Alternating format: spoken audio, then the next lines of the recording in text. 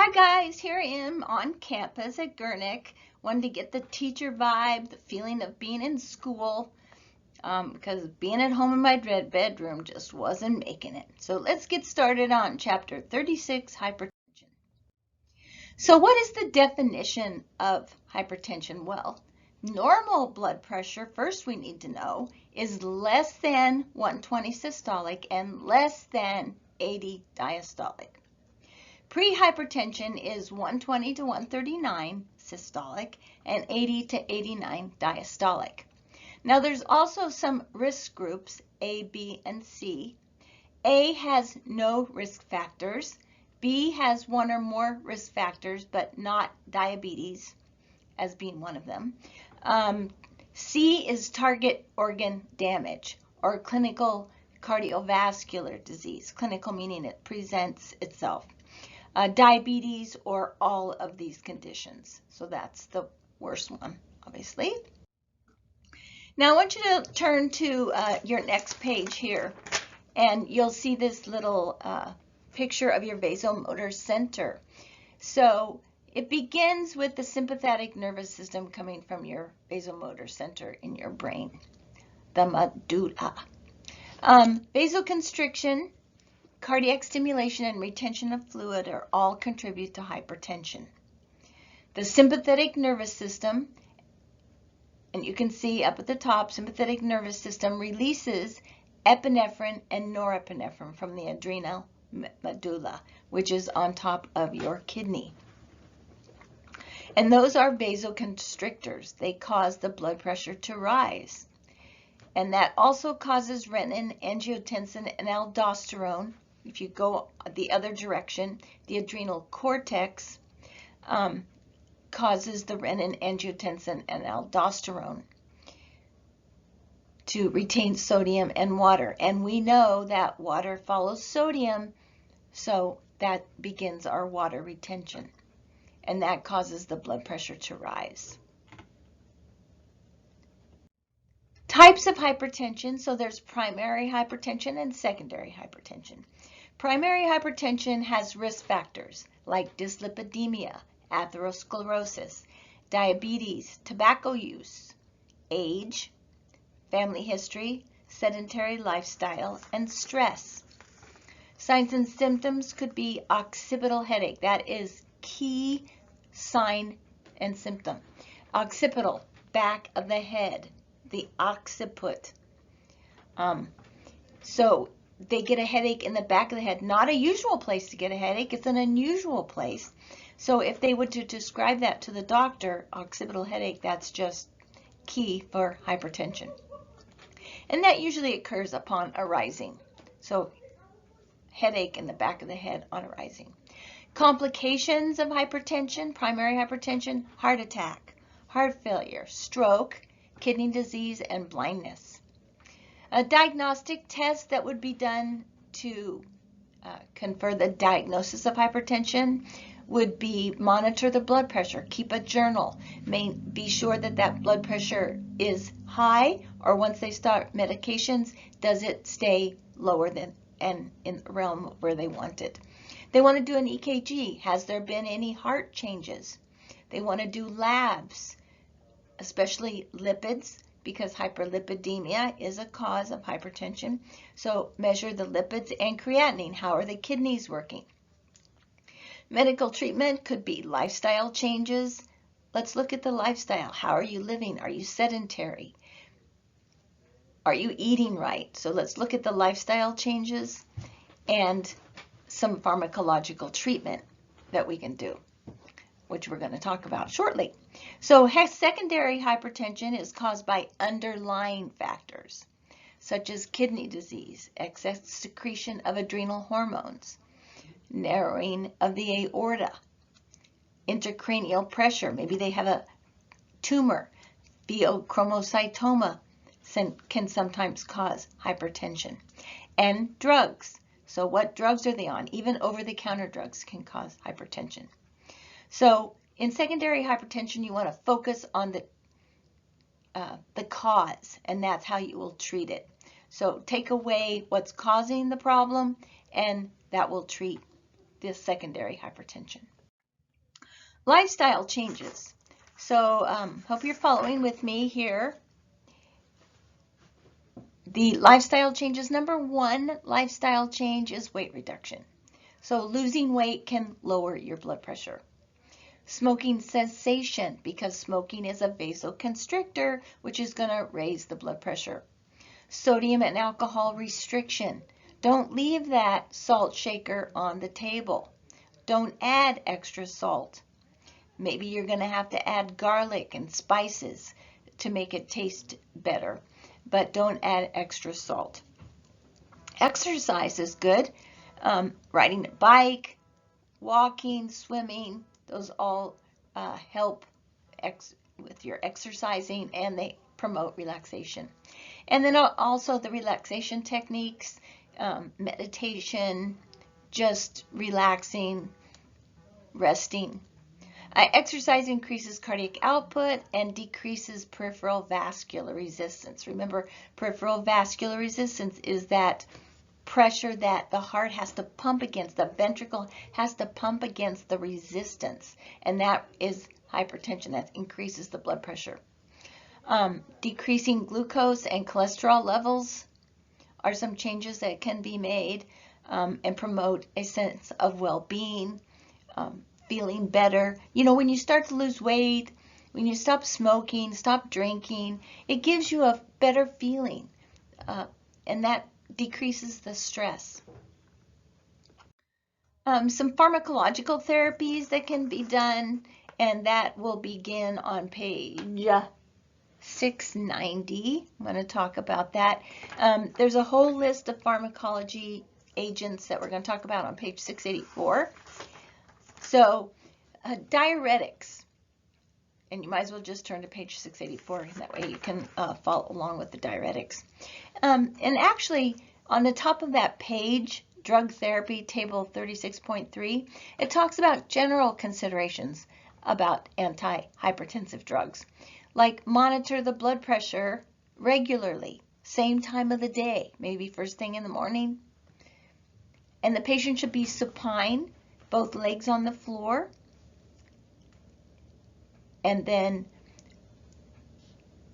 in a standing position. So, because these drugs can't cause orthostatic hypotension. So, it's good to be sure that there isn't much of a change from lying, sitting, standing. Encourage patients to take medications and to follow up appointments, even when they're feeling well. And they really can't stop taking these drugs just because they don't like the side effect. They need to talk to their doctor. So go keep your doctor's appointment. Talk to them how you're feeling and let them know you don't like the way this drug makes you feel, because some of them do have some side effects.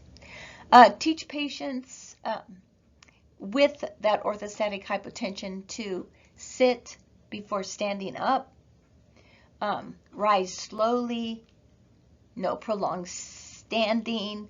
Hot baths is a no-no. A spa, sitting in the spa with all that hot water, because hot is a vasodilator. That's why we get so pink when we go into the hot tub.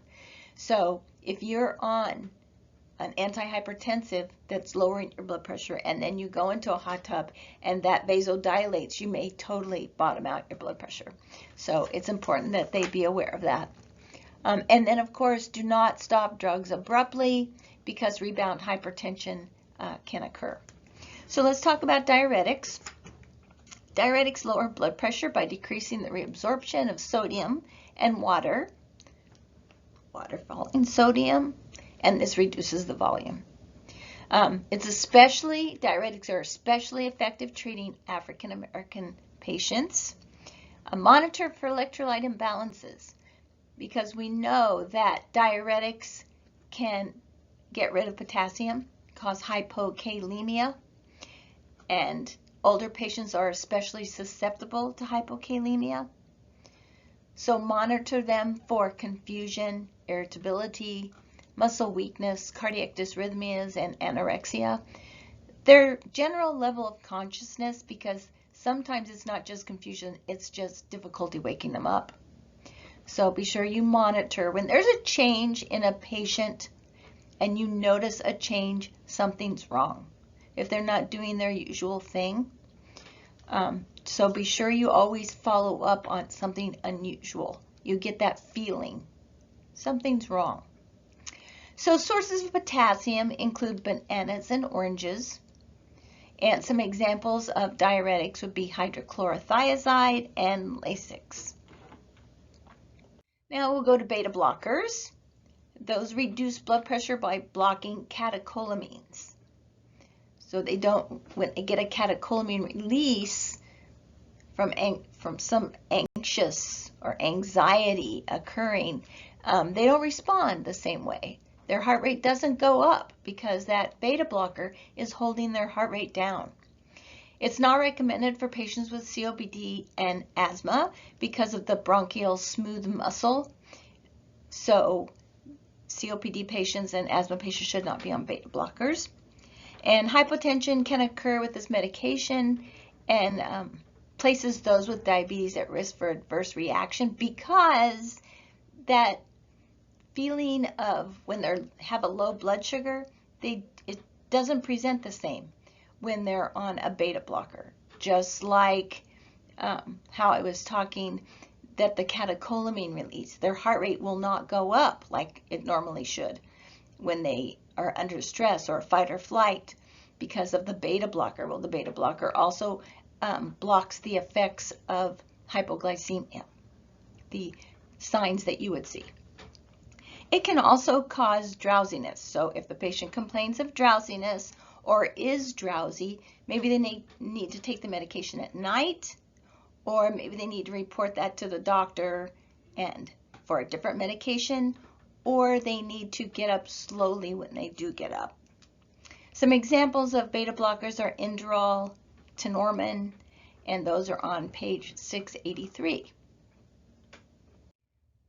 So another type of medication that are given to patients with high blood pressure, calcium channel blockers. So these reduce the blood pressure by blocking the movement of calcium into the cardiac and smooth muscle cells. It can reduce the heart rate, reduces the force of contraction, and dilates peripheral blood vessels. And by dilating those peripheral blood vessels, that's what reduces the heart rate and reduces the force of contraction because the blood vessels are dilated. Dilated blood vessels reduce resistance to blood flow, so the blood pressure is reduced. But those two can cause drowsiness, so get up slowly, maybe take them at night. It can also cause bradycardia, symptomatic bradycardia. Some examples of that would be diltiazem and Procardia and Kalan. And again, those are all listed on page 683 for you. ACE inhibitors. So ACE inhibitors prevent angiotensin 1 going to angiotensin 2. And those are potent, I spelled that wrong, sorry, potent vasoconstrictors. By blocking production of angiotensin 2, it decreases peripheral resistance. It decreases fluid retention, and by decreasing fluid retention, it then decreases production of aldosterone, which decreases the blood pressure. These patients on ACE inhibitors need to follow up with their doctor visits for lab tests just to be sure that they don't have any chemical abnormalities. Some examples of that would be Capitan and Vasotec. So, assessment. So let's just turn to page 685 and look at nursing care of the patient with hypertension. So, early detection, education, and promotion of adherence to treatment are keys to controlling blood pressure. So, we want to ask, why are you here? Why is the patient seeking care? Maybe it's related to some other problem, and maybe that's when you find the blood pressure is high. It's important to explore their past history, whether they've ever had hypertension before, whether any of their family members have had hypertension, any medications that they're on, over-the-counter medications, and ask also if there's been any history of MI or stroke in the family. We want to do a review of systems.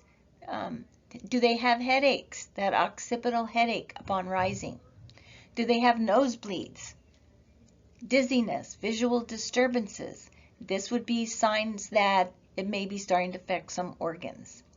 Dyspnea, shortness of breath, angina, or nocturia.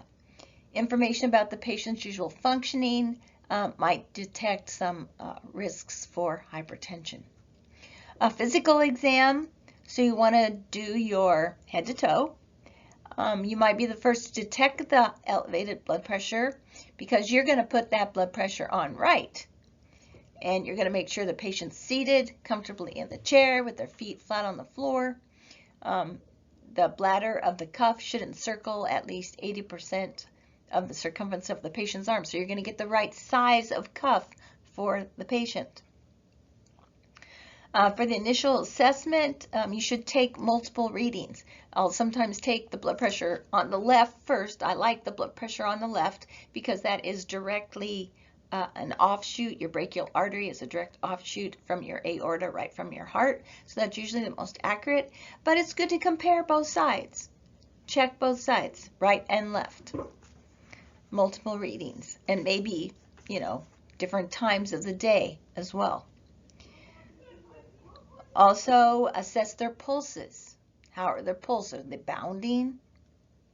Assess their respiratory rate. Is it tachypnic? And their extremities for edema and color. So we're looking for all those signs and symptoms of hypertension. Nursing assessment, remember that a single elevated reading doesn't mean they have hypertension.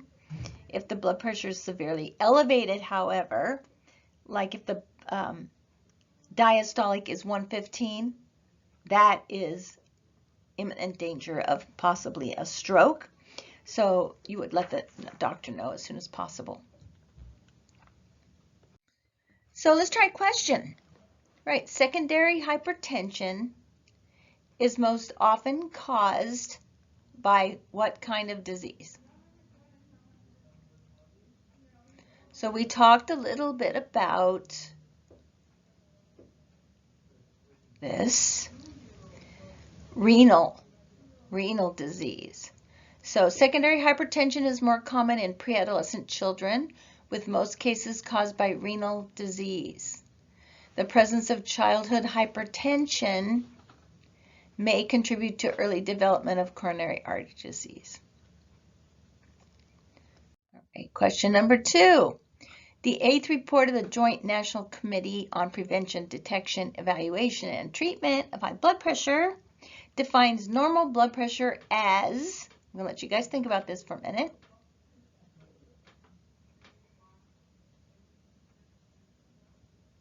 You're right, it's B, systolic pressure of less than 120. So when you read your questions on the exam, be sure you read the whole question because I see a couple of those start with systolic blood pressure of less than. So be sure it's less than 120 and diastolic of less than 80. So the answer is B. All right, so what are some interventions? So let's move on to, we're on page 686 right now.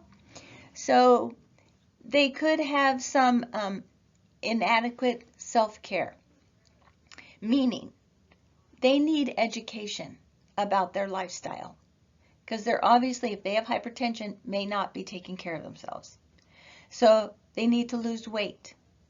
They need to learn these things, and you get to teach them.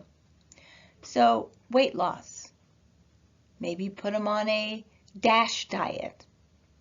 And that DASH diet, I know you learned about that in nutrition. It's also listed in the book. It's also, you can Google DASH diet. On their lean meat. So lean meat, less fat, less cholesterol, less hypercholesterolemia, lipidemia. Low sodium diet. So use spices, garlic powder instead of garlic salt. Maybe lemon is a good seasoning. Exercise, stress management. So they are at a potential for injury. If they're on a medication, they're at risk for orthostatic hypotension. So be sure that they know to get up slowly, maybe dangle on the side of the bed, and do not take a hot bath or the spa or a shower, hot shower. Same thing, vasodilator.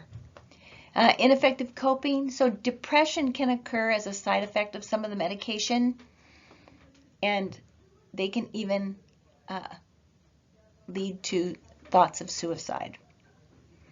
Altered sexual function.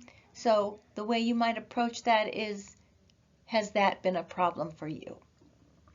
Older patients, orthostatic hypotension, they're very sensitive to that.